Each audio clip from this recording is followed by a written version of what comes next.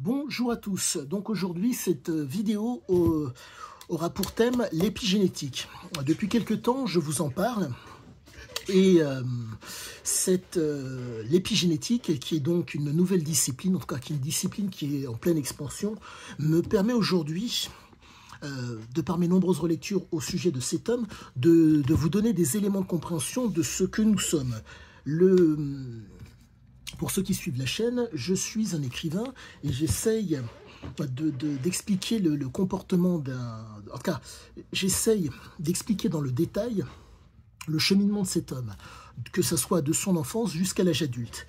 Il faut savoir que l'homme dont je vous parle, l'homme que j'étudie, était un voyou. La particularité de cet homme, c'est que, certes, il était voyou, mais il était aussi addict. Et l'épigénétique permet donc de comprendre, si je puis dire, de façon, extrêmement approfondie, extrêmement pointue, ce qu'est cet homme. La problématique est la suivante.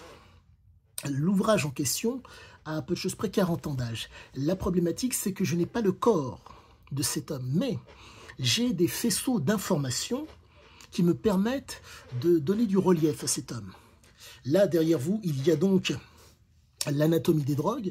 Juste en face de moi, j'ai la carte du Costa Rica qui me permet donc de retracer le cheminement de cet homme. Je vous donne tous ces éléments pour que vous puissiez, de votre côté, si vous le souhaitez, ou par rapport à vos vies respectives, avoir des éléments de compréhension ce qui vous font face, pour peu qu'une épreuve ou pour peu qu'un questionnement se présente à vous, vous ayez des éléments sur lesquels vous appuyez pour vous projeter. L'objectif de ce travail sur l'épigénétique est vous donner des informations, voire de vous donner des éléments pour vous instruire, pour vous projeter, une projection dans l'avenir. Donc l'épigénétique est le fait suivant. Vous avez donc les gènes, et après cela, les gènes qui sont donc les matériaux dont nous sommes composés.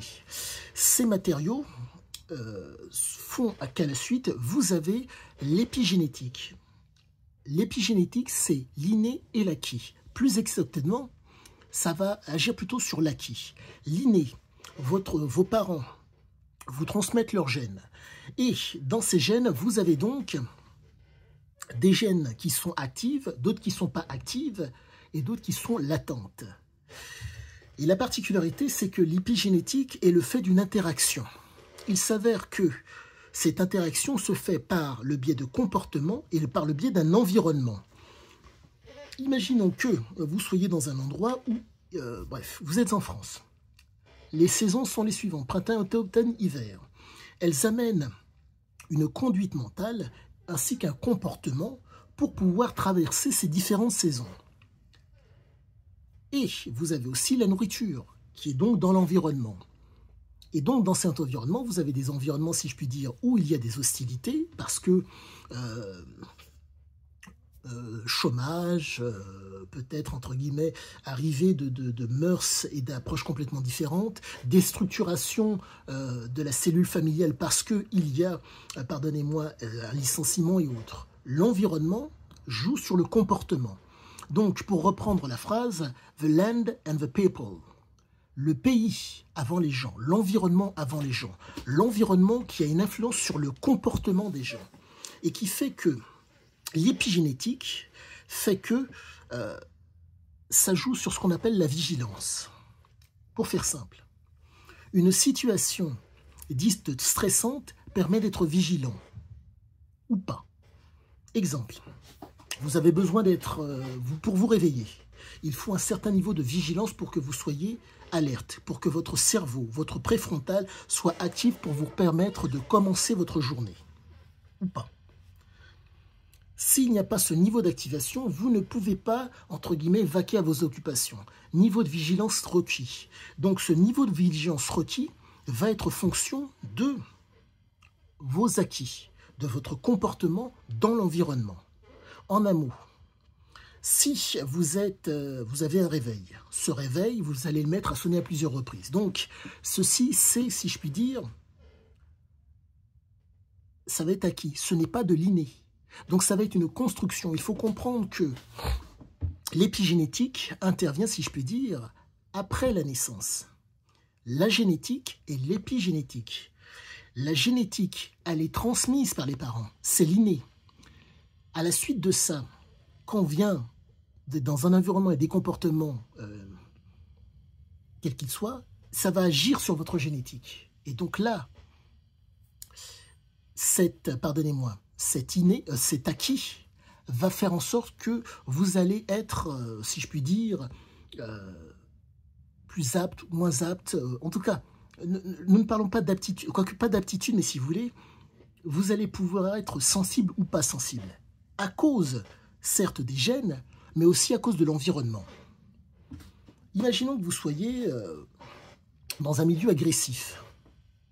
Vous vivez dans ce milieu agressif. Vous êtes dans un endroit où il y a moins d'agressivité, mais où les gens ont une représentation de l'agressivité complètement différente, qui est vraiment extrême, qui est moindre. Ça ne va pas vous atteindre, car vous êtes, je ne dirais pas immunisé, mais de par l'endroit dans lequel vous étiez, votre vigilance par rapport à la violence ou l'agressivité est à un niveau très élevé. Et quand vous êtes dans un autre endroit où ils ont l'impression, où ils font entre guillemets preuve d'agressivité et de vigilance, ils ont une impression d'agressivité et de vigilance. Mais elle est différente, elle est moindre. Et donc vous êtes moins sensible. Et donc ça, c'est de l'acquis et non de l'inné. Et c'est la condition sine qua non pour comprendre ce qu'il en est par rapport à l'épigénétique, la fameuse vigilance. La vigilance fait que vous allez être sensible à certains stimuli. Donc ça se présente de la façon suivante. Un stimuli, une sensibilité. Cette sensibilité est, pour certains, en mesure d'agir sur un stress. Un stress qui va être positif ou négatif. Et encore, il faut bien faire la part des choses, parce que vous avez, pardonnez-moi, vous avez deux types de stimuli. Un stimuli, si je puis dire, stressant, et un stimuli qui ne va pas générer de stress. Le stimuli qui ne va pas générer de stress est susceptible d'agir sur les gènes qui s'expriment, celles qui ne s'expriment pas et celles qui sont inhibées. Maintenant, vous allez prendre par exemple une substance, alcool, drogue ou autre. Cette substance va agir sur ces fameuses gènes. Et elle va agir de la façon suivante. Si les gènes sont actifs, ça va les surstimuler ou ça va amoindrir leur capacité de réaction. Ou sur les gènes qui sont, pardonnez-moi, présentes mais qui sont inhibées. Au contraire, qui ne s'expriment pas et qui n'exercent pas, entre guillemets, leur capacité. Ça va être susceptible de développer, pardonnez-moi, ça va permettre, l'alcool va permettre de faire en sorte que les gènes puissent s'exprimer, voire s'exercer. Pour faire simple, vous allez, par exemple, en étant dans l'utilisation, l'abus ou peut-être la dépendance, il faut faire la part des choses par rapport à ces trois éléments, de développer un cancer. Petit aparté. Et donc, vous avez donc les gènes qui s'exercent, qui s'expriment, les gènes qui vont s'exercer et les gènes qui vont être inhibés. Ces trois éléments sont complètement différents. Il faut bien visualiser les choses. Ça peut s'exprimer. Alors, pour que le propos soit encore plus clair pour tous, j'essaie de vulgariser au maximum. L'objet du désir est devant vous. Tout. Ça fait monter l'impulsivité. Mais vous n'allez pas le chercher. Vous n'exercez pas votre droit à aller le chercher. Ça s'exprime, mais vous ne l'exercez pas. Une et deux. Et sinon, c'est inhibé. La chose passe devant vous, mais il n'y a pas de réaction. Que se passe-t-il quand vous prenez, par exemple, de l'alcool ou une drogue, ou que sais-je, un produit qui va agir sur ces fameux gènes. Vigilance qui va peut-être permettre le fait que ça s'exprime, voire que ça s'exerce. C'est le détail du diable. Ça ne tient à pas grand-chose pour pouvoir comprendre ce qu'il en est. Et par rapport à cet homme qui a une vie extrêmement aventureuse et qui tient des propos qui m'ont l'air d'être extrêmement vrais, qui ont l'air d'être vrais et peut-être justes, je me retrouve avec un flot d'informations qualitatives pour vous donner des éléments pour que vous soyez au mieux par rapport à votre quotidien. Donc, en espérant que mon explication par rapport à la vigilance que crée, si je puis dire, une situation stimulante ou stressante, j'espère vous avoir donné des éléments d'information sur ce que nous sommes et sur ce que vous êtes.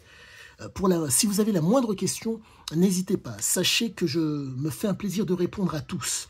Ces éléments ne sont pas exhaustifs, car je ne suis pas généticien, certes, mais j'ai un vécu et j'essaie, je pense que mon esprit est très, comment dire, réactif, quoique, est réactif de par les nombreuses relectures et de par le fait que j'essaie de m'instruire vaille que vaille aux informations qui me sont données. Et donc, je vais faire mon possible pour vous donner de façon constante, de façon régulière, des éléments extrêmement qualitatifs. L'objectif n'est pas de faire des vidéos pour des vidéos, mais des vidéos pour l'instruction et pour l'information. Quoi qu'il en soit, à tous, excellente fin de journée. Je vous dis à bientôt.